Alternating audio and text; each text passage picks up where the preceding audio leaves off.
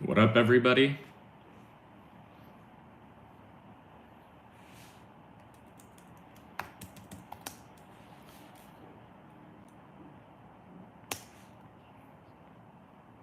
Good afternoon. I'm just working on editing today. So today is going to be a heavy editing day. Got a couple of recipes to finish through. Just finished writing my blog post for the video that's going to go up later today. But I'm basically doing the caramelized pork ribs. And I'm just going over my voiceover right now. And we'll be cutting in all the clips to make that work. What up, Jazzy? Good to see you.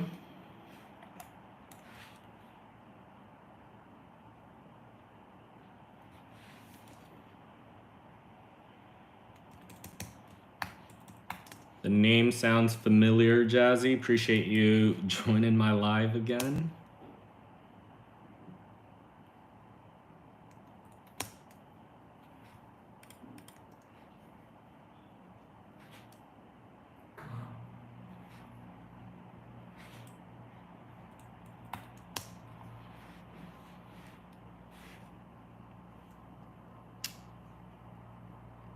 $21.14. What's that?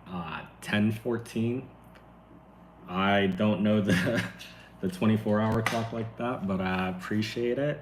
Thank you for watching all my recipe videos.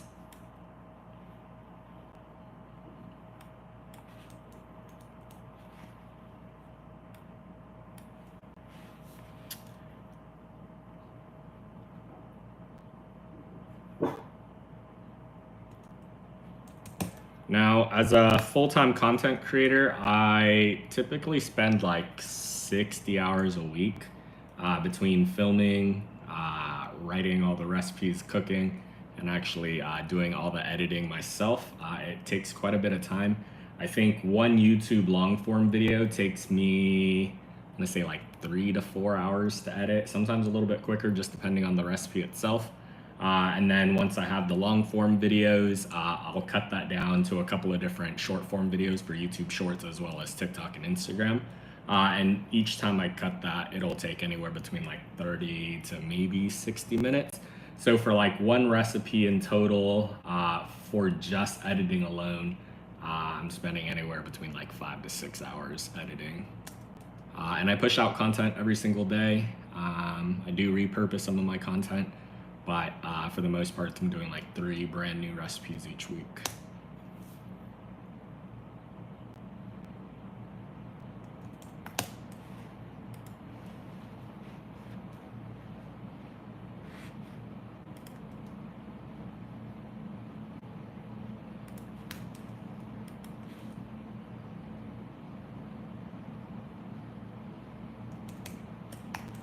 And the primary editor for me is Premiere Pro. That's what I use to do everything. I have tried CapCut and some of the DaVinci as well, but Premiere Pro is the best one for me. Unknown things. Can I have any advice on how to get a girlfriend, man? You know what? I think your energy is what you attract, right? I think if you put good energy into the world and you do things that you love, you're gonna find people that naturally are also into the same things. And yeah, just, keep doing you. Yeah, Jazzy, it definitely takes a bit of time. As a one-man band, I don't really have anyone to lean on as far as outsourcing any of these things. I would love to hire an editor down the line, but financially we're just not there yet, so gotta keep everything in-house for now.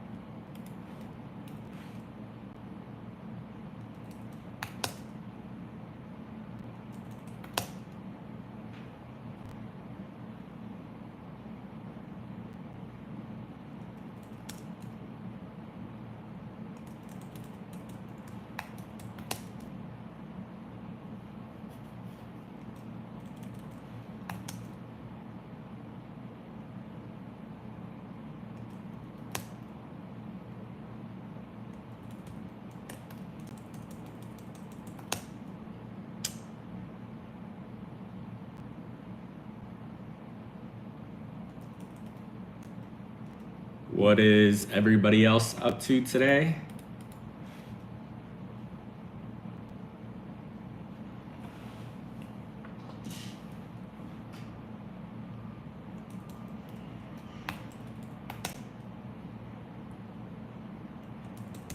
Also, let me know in the comments if there are any specific recipes you guys want to see.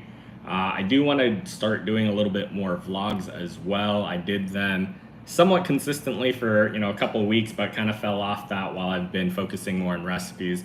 But if you guys want to see more of like the behind the scene things as far as like grocery shopping or some of the editing workflow, but let me know in the comments here what you guys want to see, or if there's any specific questions you guys have while I edit this video to get ready to post later today on YouTube.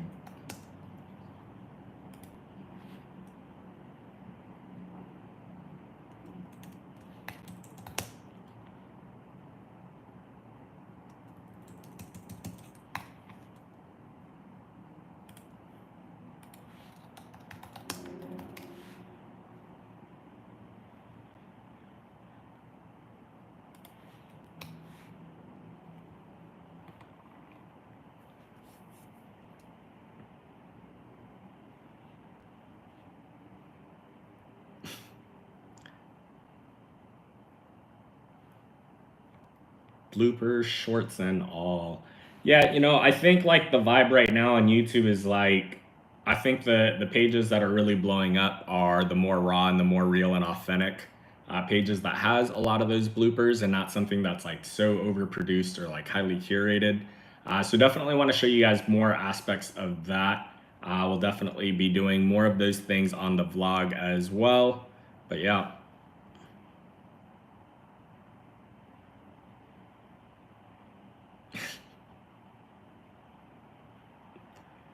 What up, Alex? Aisha, thank you. Uh, Ava Slays, what are your movie recommendations? I actually just saw Smile 2 in theaters last week, and I really enjoyed it. I saw it right before Halloween. I thought Smile 2 was actually better than the first movie.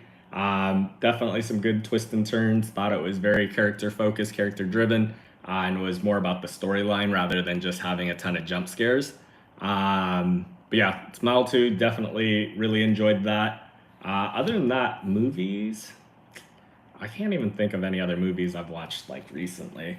I feel like, at night when I'm unwinding and watching Netflix, it's really just, I don't even know, to be honest.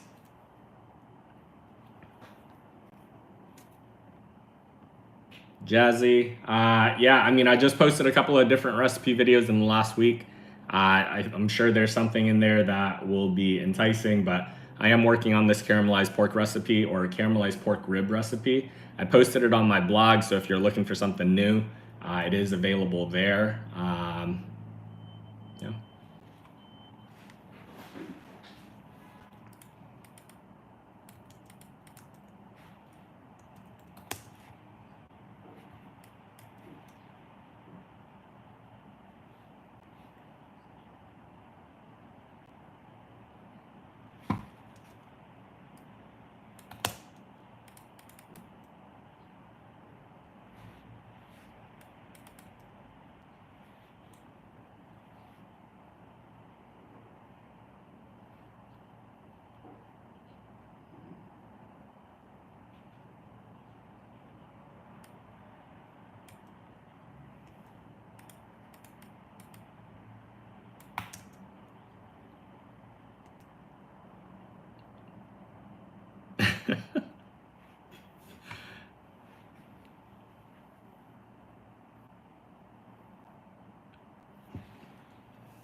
I do not know Jackie Chan.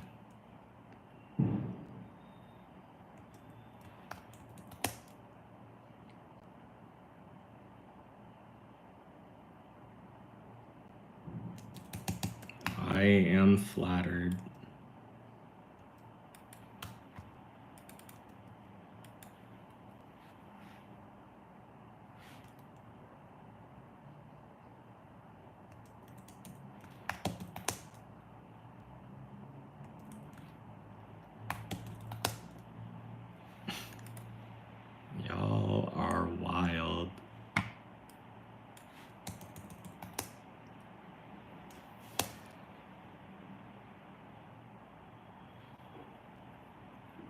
Very interesting. Bruce Lee was actually buried here in Seattle.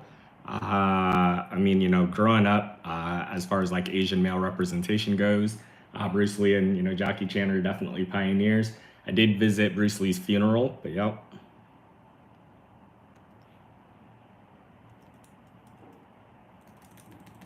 Yo, so earlier today, I saw a random post and it was about Nutter Butter's social media. I don't know if you guys have ever seen Nutter Butter's social media on either Instagram or TikTok, but they have really doubled down on this like acid trip. It's very off the walls, very different than traditional marketing.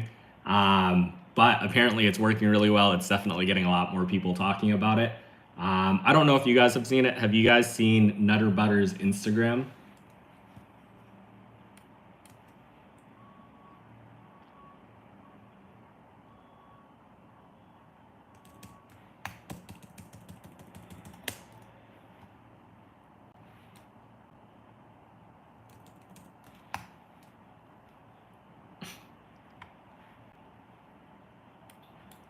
What is even going on today?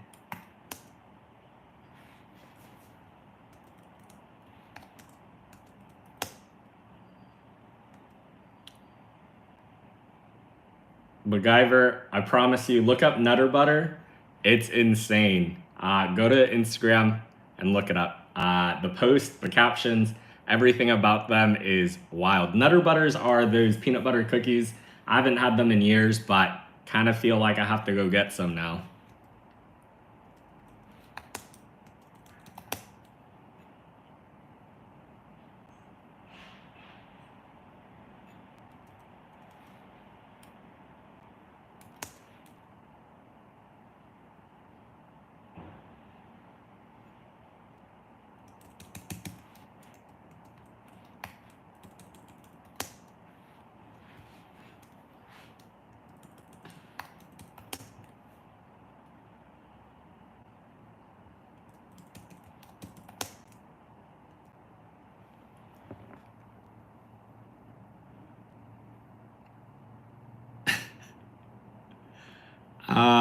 Jazzy, I mean, I'm flattered. I do have a girl. We've been together for quite a bit of time, so I am not looking.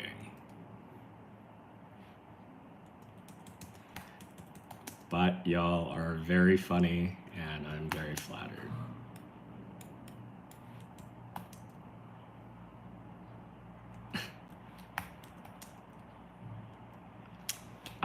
How challenging do I find growing on YouTube? That's a great question. I've been on YouTube now for a little bit over a year. It's definitely has been a slower grind. So on Instagram, I have just about like 230,000 followers, posting similar things. On YouTube, I've posted pretty much every single day for the last year as well. But I'm only at like 11K now. So in the same time span, I was able to get a lot more reach on Instagram as well as on TikTok. But slow motion is better than no motion. That's just kind of the way things go sometimes. I think I'm starting to get into a good groove where a lot of my long form videos are starting to get more views now, which I'm very appreciative of. But my YouTube Shorts, where a lot of people are using, or what are a lot of people are using to grow. It seems like my views are a little bit more capped. So once they're seeded out to the 10,000 people or so, most of the views just kind of fall off the cliff.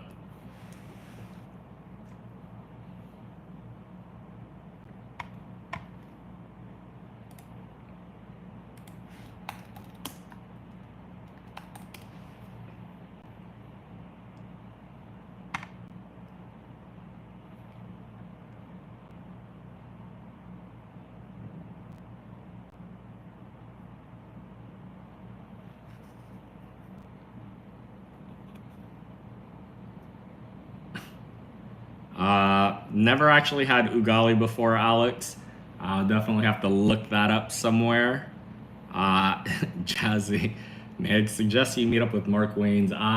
He's probably a little bit hard to get a hold of. He does a lot of stuff.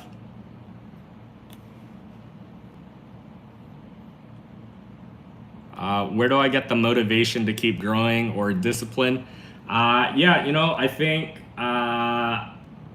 where I really had to kind of take a step back and really think about that is I needed to find my why. So there's this book called Start with Why by Simon Sinek.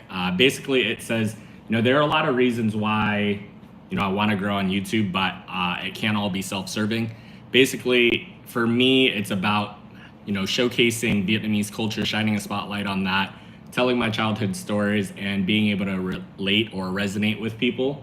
And I think all those things definitely help fuel me as far as motivating me to continue to go, and not trying to focus too heavily on, the analytics side of things, or not being too down when like videos don't perform the way that I want them to. But yeah.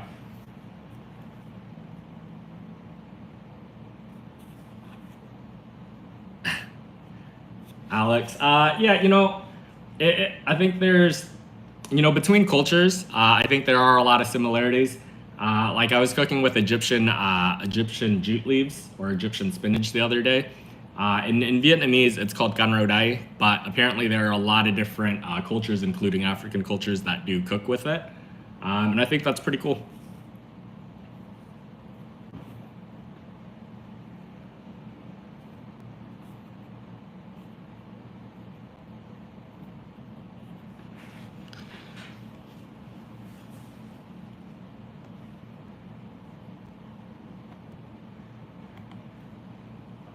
But Alex, with that said, I'm not very educated on other types of cuisine. I can only be really authentic to me and my own upbringing. So I just try to share my own perspective on things that I have there.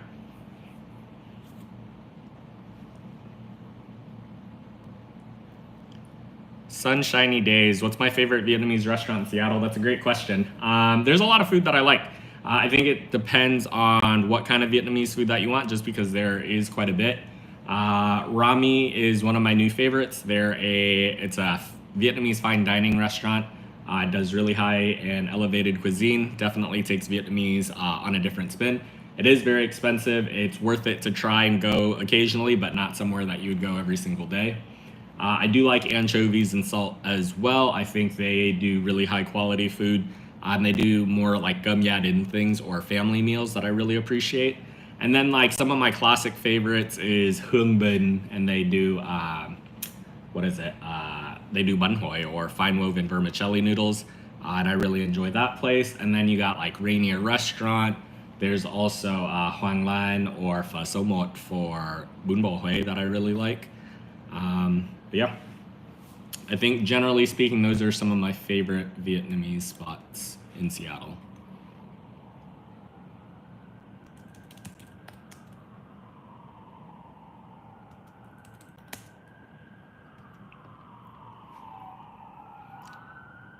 What's Vietnamese food supposed to be like? Like, what's the concept behind it? I don't know if like it's a concept per se, but I mean, it's just part of our culture. We eat a lot of fresh fruits, fresh veggies, a lot of herbs in our dishes. I think flavors are very bright with the usage of fish sauce. But yeah, I think it's pretty varied, just like anything else. I think there's always going to be something that you can find that you like. But I would say heavy on the fish sauce, especially for my kind of cooking style. Uh, Alejandro, appreciate it.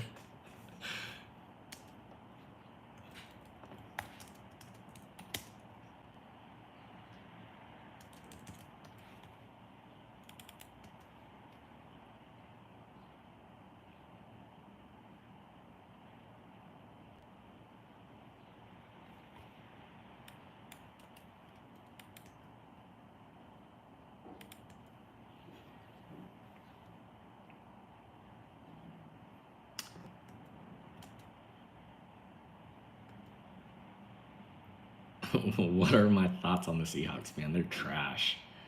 Being a Seahawks fan is tough. There's always highs and lows. I've been on the wait list for season tickets for like 10 years now. Hopefully, I get them soon. But yeah, I think right now, we're probably going to miss the playoffs. I think we need to move on from Geno Smith, but, we'll see how that goes.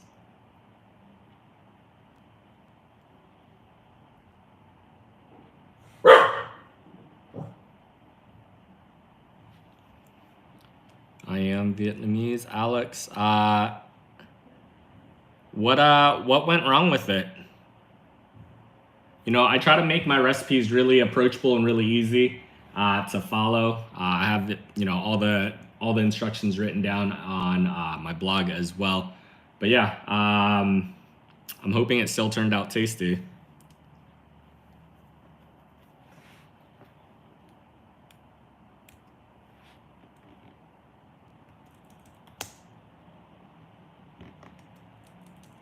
Appreciate you, Alejandro.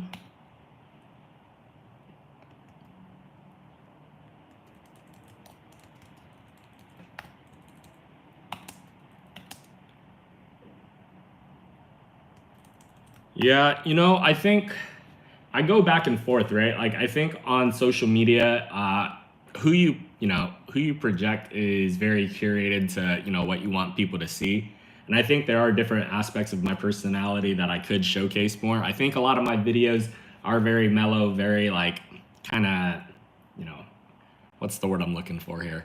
Not non-confrontational, but like very just like kind of mellow. And I think on social media sometimes, uh, you gotta have these like really loud opinions or these like really like strong opinions about like certain things to like pop off. But I think for me, it's just like everybody has their own opinions, everybody has their own vibe, and I think I'm just trying to be authentic to who I am and put out content that people can relate to and people want to use for their cooking and kind of just go from there.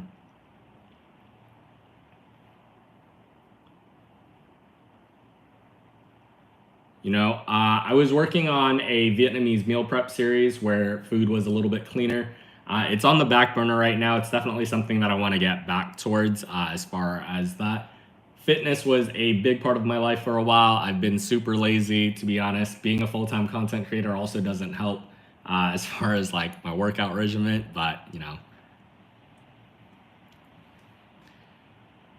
yeah, I think there are a lot of people that say that, content creation is an oversaturated market. There is a lot of different content creators out there doing a lot of different things. I think obviously you have to find your niche, you have to find what makes you stand apart. But at the same time, I think, viewers aren't, just because one person watches somebody doesn't mean they won't watch another person. So it's not like, it's not like there isn't opportunities out there, even though there are a lot of content creators.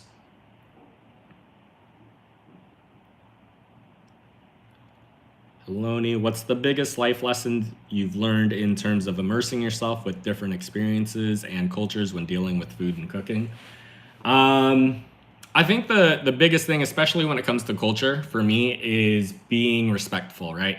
I think like going through the right steps and really understanding, what makes something or what makes a certain dish that dish specifically, and really being respectful to the ingredients, to the techniques, and making sure that you're authentic to those things. If you're gonna call it something, right? Like if I cook food outside of Vietnamese culture, I want to make sure that I'm doing it justice in that sense. And I think like in content creation now, there's a lot of people that want to take ideas from other cultures and then rebrand it and say it's like something that they invented. And I think that's not something that I'm all about. But I think finding inspiration from different cultures and paying respect to that is something that's really important. What did I do before content creation? I actually was a head of partnerships for a technical recruiting firm working with startups. My background's in sales and recruiting for the most part. It's been in sales for the past like 12, 13 years. And then during the pandemic, as well as, kind of the economic downturn this past year, that's when I decided to really jump into content creation full time. Emily, if I could only keep two kitchen utensils for the rest of my life, what am I choosing? Uh, a knife, my chef's knife is definitely one of them. And then the other, probably chopsticks. I don't know, I think chopsticks are super versatile.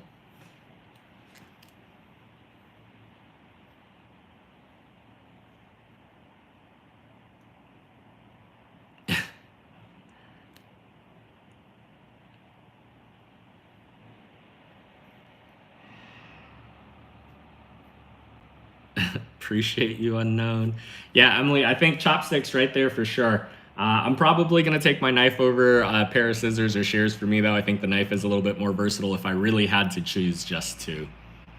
Siobhan, kicking myself for starting my own stream. I'm gonna have to hop off in a little bit anyways. I'm gonna hop on your stream for sure, but I appreciate that.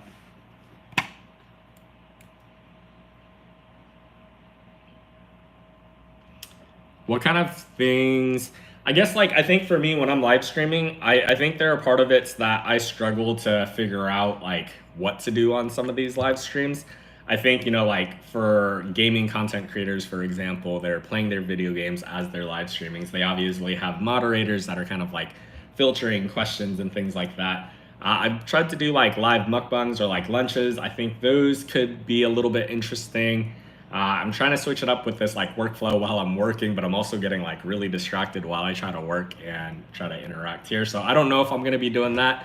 I think like an upcoming live stream that I'm gonna be doing is Vietnamese Pantry Essential, where I just whip out like all the things that I use on a really regular basis and kind of walk you guys through that.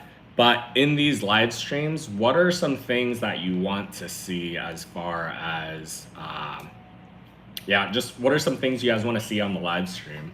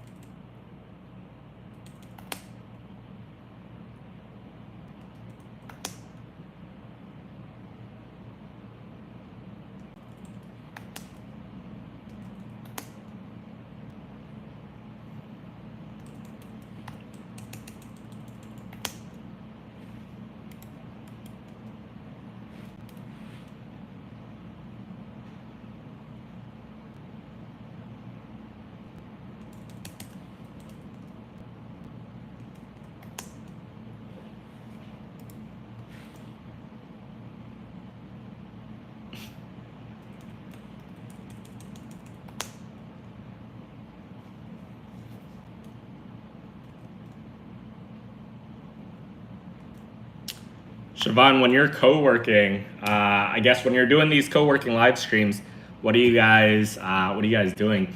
Yeah, I definitely need to incorporate some live background music for sure. Not just live, but yeah, some what is it called?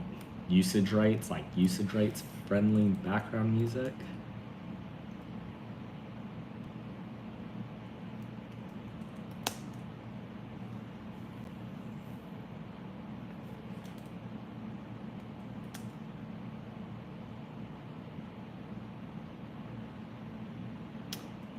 Yeah, I like the Pomodoro method a lot. I have ADD for sure, and that is definitely a really strong method for me to stay on top of, you know, my own productivity for sure.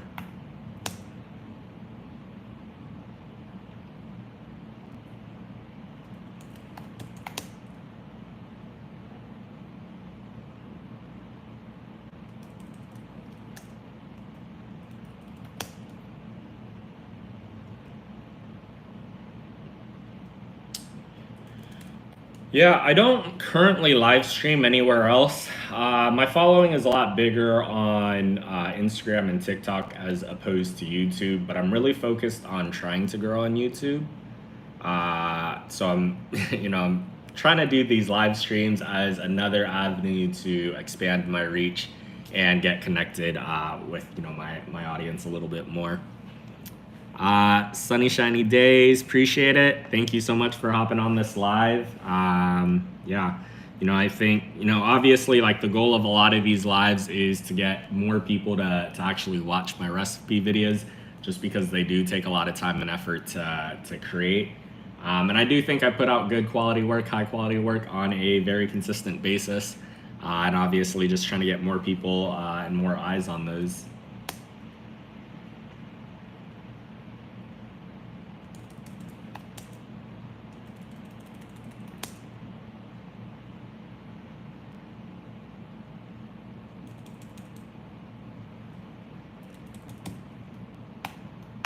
That's awesome, Siobhan. I appreciate that.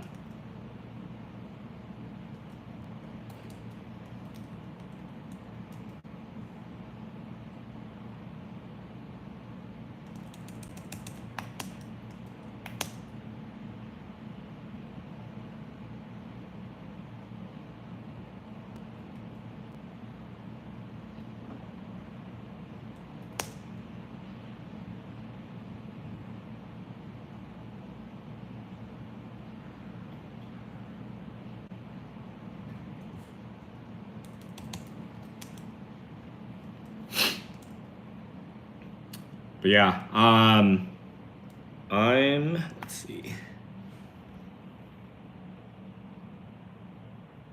Siobhan, that's awesome. I do remember some of your comments that you made on my videos about making things more diabetic friendly. I think for a lot of my recipes, I do use quite a bit of sugar, so I'm really happy that you're able to adapt the recipes to your own preferences and make them fit for your family. I think that's what it's really all about. I think using my recipes or anybody's recipes in general as a foundation to your own cooking is how you get better at cooking, and then obviously being able to adjust and season things to your own preferences. How difficult is it to incorporate different types of cooking styles from other cultures onto your own cooking style when trying to make something new? I do really like fusion food. I do mix a lot of Vietnamese culture or Vietnamese food with other things.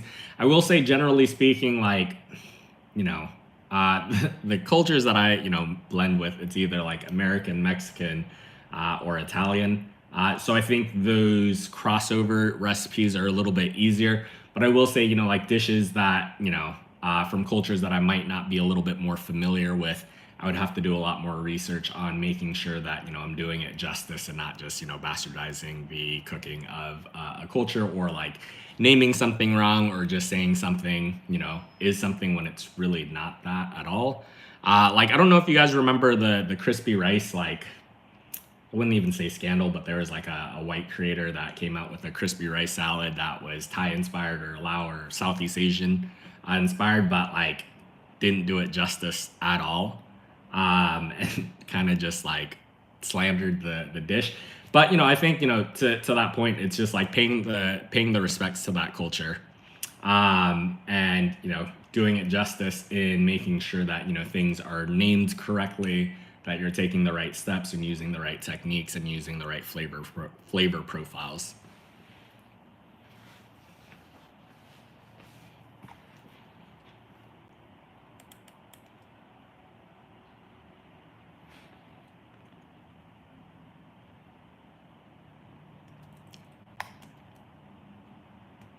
Yeah, and I think to that point, like right now, in this day and age, it's really hard to be 100% original, right? Like, I think everything is inspired by everything.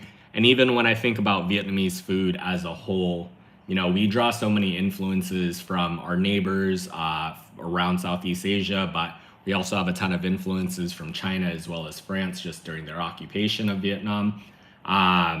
So, I mean, like, everything is inspired by things. I think it's, really just paying the right respect to make sure that we're not just saying like, I just made this up on a whim because I'm a genius, and I don't think that's what it really is for the most parts. Cooking Island, appreciate it. I'll make sure to check out your channel right after this. Appreciate that.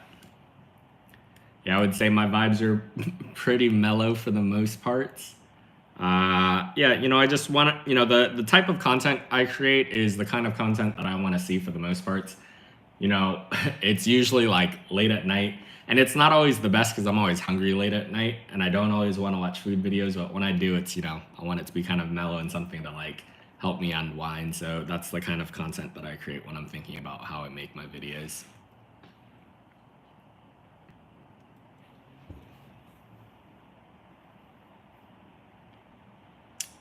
Siobhan, this one is only streamed on YouTube right now. I do want to like figure out how I can cross stream on all the platforms all at the same time.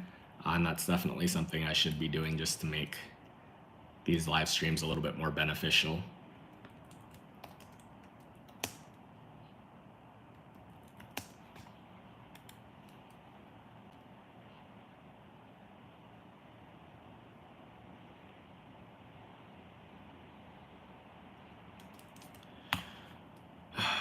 All right, y'all. I'm very distracted as I work. I'm gonna figure out this live stream soon, but I'm probably gonna hop off right now. I wanna get this video edited and done for later today. I'm planning on doing probably 2 live streams a week, probably like Tuesdays and Thursdays is what I'm thinking about. The next one I do is going to be about Vietnamese pantry essentials. I'm gonna schedule that one ahead so that you guys can see it coming, but basically we'll do a little bit of a deep dive into my pantry on things that I use on a very daily or consistent basis that I think every Vietnamese kitchen should have. But other than that, I appreciate y'all for hopping on. Thank you for all the love and support that you guys have shown me. If you aren't subscribed yet, make sure that you do that. And then make sure you watch all my recipe videos, watch my vlogs, watch everything on YouTube. I'm at Feed the Pudge on all social media platforms. I also have my website, which is feedthepudge.com. Appreciate y'all. Hope you guys have a great rest of your day, and I'll see you guys on Tuesday.